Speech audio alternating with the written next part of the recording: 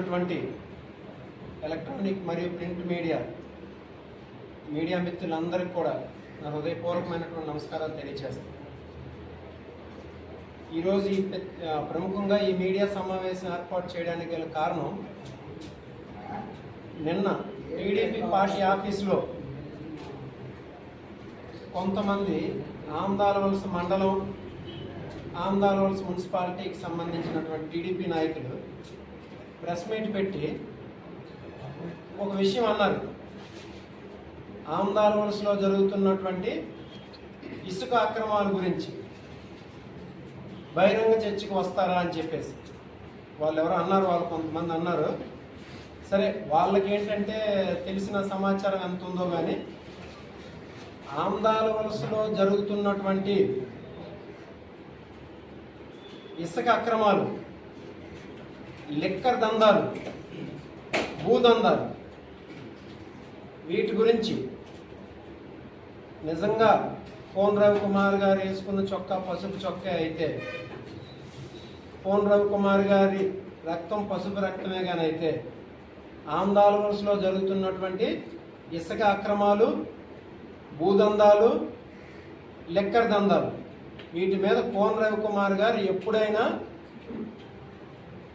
ఆయన్నే డేట్ చెప్పమనండి, ఆయన్నే ప్లేస్ చెప్పమనండి, మేము వచ్చి బహిరంగ చర్చకి సిద్ధం అని తెలియజేయడానికి. అలాగే వీళ్ళు అంటున్నారు, వీళ్ళేదో రమ్మని చెప్పేసని. ఇప్పుడు ఆ మీటింగ్ పెట్టిన వాళ్ళు ఉన్నారు. మీటింగ్ పెట్టిన వాళ్ళకి ఏం తెలుసు? వాళ్ళకి ఎంతసేపు జేసీబీ, ట్రిప్పరు, ట్రాక్టరు, దొంగ బిల్లు, వాళ్ళకి తెలిసింది అదే. సో వాళ్ళతో చర్చించడానికి కూడా ఏం లేదు.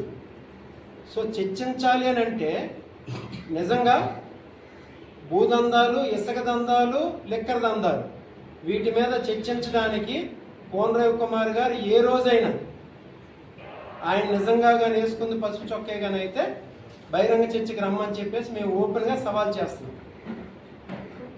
ఇంకా వీళ్ళు కూడా అన్నారు కదా, మా స్థాయి సరిపోదా, మేమే స్థాయి తక్కువ కాదు కదా అని అనొచ్చు. వాళ్ళకు కూడా నేను చెప్తున్నాను, నిన్న మాట్లాడిన వాళ్ళకు కూడా చెప్తున్నాను. ఎందుకంటే వాళ్ళు చర్చించడానికి వాళ్ళకున్న అవగాహన నేను ఇప్పుడే చెప్పాను. వాళ్ళకున్న అవగాహన అంతా ఓ ట్రాక్టరు, ఓ ట్రిప్పరు, ఓ జేసీబీ, ఓ దొంగ బిల్లు, వాళ్ళకున్న అవగాహన అంతా అంతే ఇసుక మీద.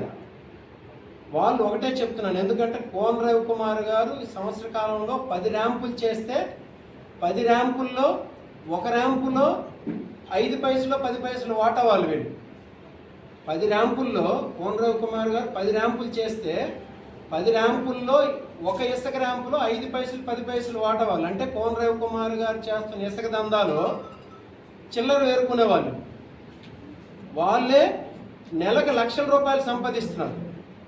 అంటే కోన రవికుమార్ చేసినటువంటి ఇసుక దందాలో చిల్లర వేరుకునే వాళ్ళు కూడా లక్షలు సంపాదిస్తున్నారు. అది కాదని చెప్పేసి రమ్మనండి, పోలపోలమ్మ తల్లి గుడి దగ్గరికి వెళ్దాం. మన ఆమదాలవలస సెలవేల్పు పోలపోలమ్మ తల్లి గుడి దగ్గరికి వెళ్ళి ప్రమాణం చేద్దాం.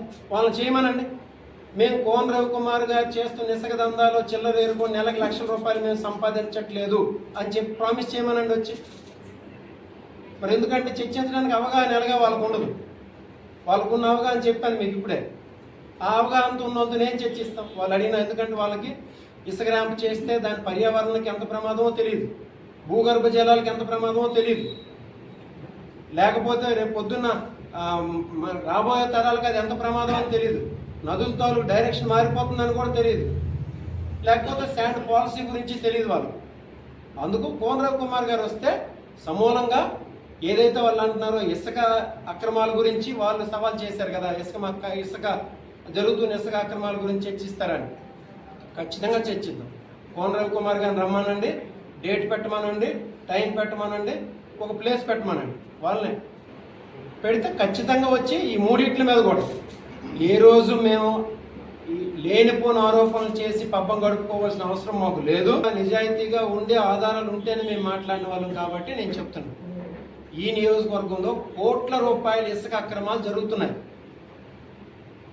ఈ నియోజకవర్గ ఎమ్మెల్యే అలాగే వాళ్ళు వచ్చి చెప్తున్నారు, నారా లోకేష్ మనుషులు అని చెప్పేసి. నారా లోకేష్ ఈ నియోజకవర్గ ఎమ్మెల్యే కోన రవికుమార్ గారి పేర్లు చెప్పి జరుగుతున్నాయి. వాటిలో నిజాలు తేల్చండి, నిగ్గు తేల్చండి, బయటకు వచ్చి బహిరంగ చర్చ పెట్టండి. దీనికోసం అని చెప్పేసి ఈరోజు ఈ పత్రికా సమావేశం అనేది ఏర్పాటు చేయడం జరిగింది.